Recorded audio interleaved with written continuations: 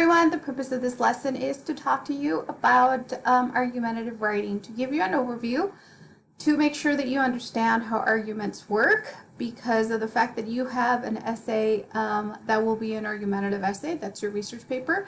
But sooner than that, your midterm will be an argumentative essay. So therefore, it is critical that you understand how arguments work. I highly recommend that you have a pen and paper ready to take some notes regarding some of these terms, as they will be repetitive in the next week and in the next few weeks, actually, as we continue talking about argumentative writing. Let's go ahead and get started with the purpose of argumentative writing. Essentially, what you want to do when you write an argumentative essay is you want to convince your audience to agree with your point, whether that is that you want the legal drinking age to be lowered to 18, or you want free access to education or college education, whatever it may be. That is what your ultimate goal is, to get your audience to agree with your point. And the way that you do that is by going through various stages.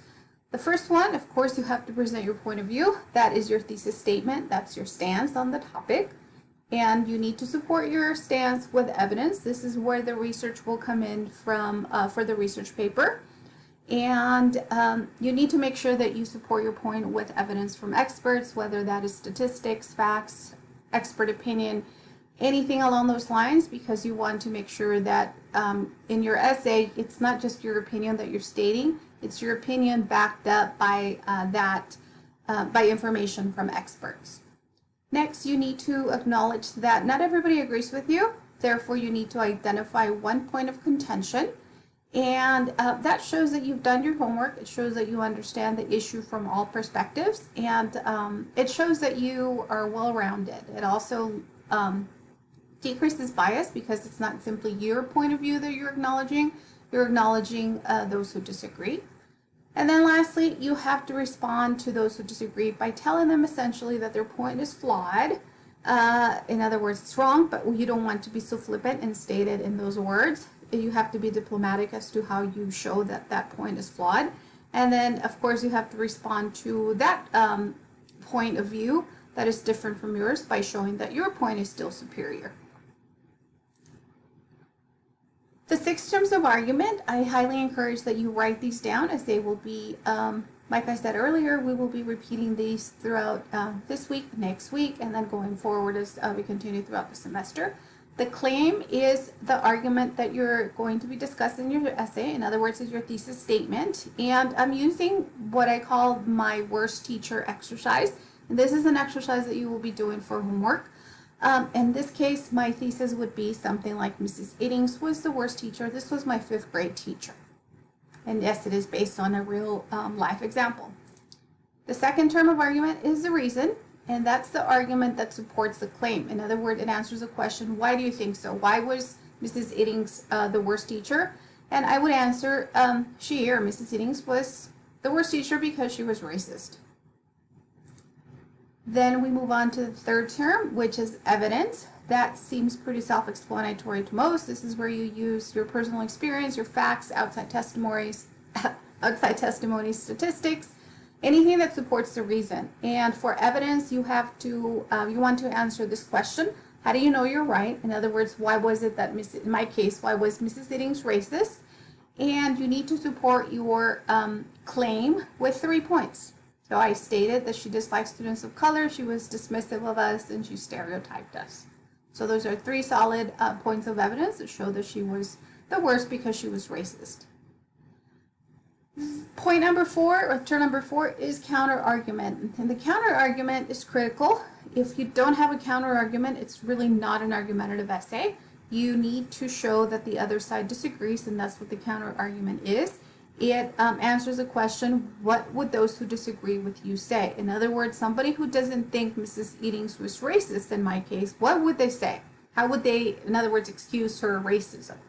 And they would say that it's not that she was racist, it's just that she wasn't prepared to teach a diverse class. Okay? There are some ways for you to structure your counter argument. These are some of the ways that your counterargument has to be phrased correctly to ensure that it is presented as a counterargument. Sometimes if the counterarguments are not stated correctly, it seems like the counterargument is supporting the is not supporting the claim.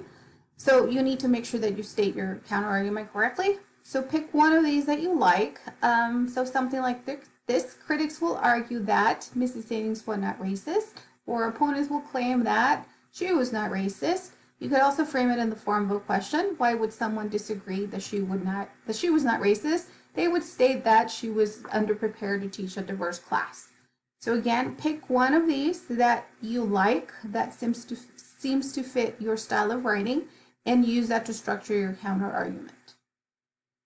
We move on to the fifth term of argument, which is the acknowledgement, or this is known as the concession. This is where you take the other counter argument into account by kind of saying, I agree, that I know where you're coming from, but it's still invalid. So again, your acknowledgement needs to be phrased a certain way. That way it sounds like a clear counter argument. Something along these lines: even though that argument is true, it lacks merit. So notice that we are saying it lacks merit instead of saying it's wrong, because the minute you say it's wrong to somebody or you're wrong, that argument or that discussion is going to take a whole different turn. So you never want to be so dismissive and flippant of somebody else's opinion.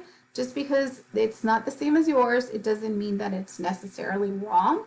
So we need to be mindful of that. So again, choose one of these ways of phrasing your acknowledgement and use that going forward for your argumentative essay. And then finally, the refutation is number 6. This is where you respond to the counter argument to show why the counter argument is essentially inferior and your point is still superior. Your refutation answers the question, how will you respond to those who disagree with you, to show that they're wrong. But again, we don't want to say that they're wrong. I mean, essentially that's what we're doing, but we don't want to use those words. And in my case, I would say that it's not that she was not prepared to teach a diverse class, because she could have engaged in professional development sessions or activities. She could have taken workshops, and she could have taken classes to overcome her lack of preparedness to teach a diverse class. There you have it. Just 6 terms of argument, and I promise if you're still a little hazy, that you're not sure as to how this fits, after you do this week's activities and next week, all of this will fit together like a nice jigsaw puzzle. Until then, I will keep working, as you will too. Have a good week. Bye-bye.